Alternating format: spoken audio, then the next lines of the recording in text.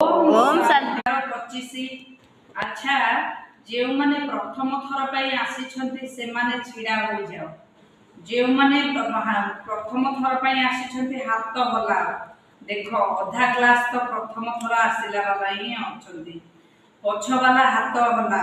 TV रे देखा जाउची बहुत अछंती। अच्छा, प्रथम थर आसिला वाला को बाप दादा को बहुत बहुत आंतरिक अभिनंदन एवं आंतरिक शुभेच्छा। तेरे एठारे उपस्थित थिबा सबु पिलांकु बाप दादा आमर अमर भोगर वरदान देउछंती। वरदान निदुक आत्मा को मध्य गुणर माला पिंधाउथिबा इष्ट देव महान आत्मा हो। जेपरि आजिकाली तुम विशेष आत्मा मान को स्वागत करने समय जदि केही तुम गलारे स्थूल फूल भार पिंधाउछंती तेबे तुमे माने ताकू पिंधाइबा मालार गलारे पिंधाई देउछ, अर्थात ताकू फेरस्त करि देउछ। सेही परि निंदा करिला वाला को मध्य तुमे गुणर माला पिंधाओ। ताहा हेले से मध्य आपे आपे तुमको गुणरूपी माला फेरस्त करिवो।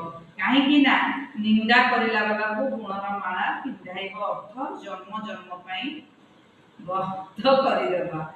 माने तमे जे तमर निंदा करछि तार केबे गुणर माला पिंधेइबनी।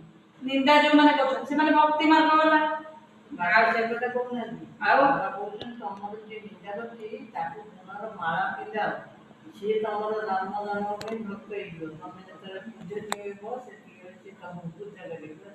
हां, माने गुणर माला पिंधेइला वाला जो गुणर माला जे पिंधाइबो अर्थ जन्म जन्म पई भक्त करिदेबो। एई बळी हेबा ही अनेक थर पई नेबा होई जीवो। एई विशेषता ही तुमको इष्ट देव महान आत्मा करिदेबो। निंदा करछि तमे ताकू से जेतले पिंधि देव गुणर माला से निंदा करिबो नाही हो।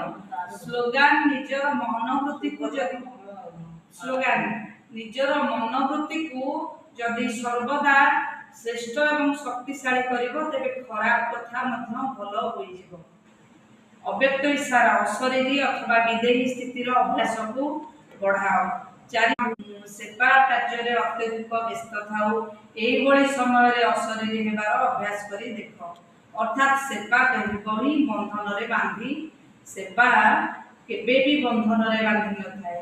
काहे कि ना योगयुक्त युक्तियुक्त सेवाधारी सर्वदा सेवा करुथिले मध्य उपराम रही थाए। एमिति नुहे जे सेवा अधिक अछि सेतिबाई अशरीरी होई परिबो नाही, किंतु मने रख सेवा मोर नुहे।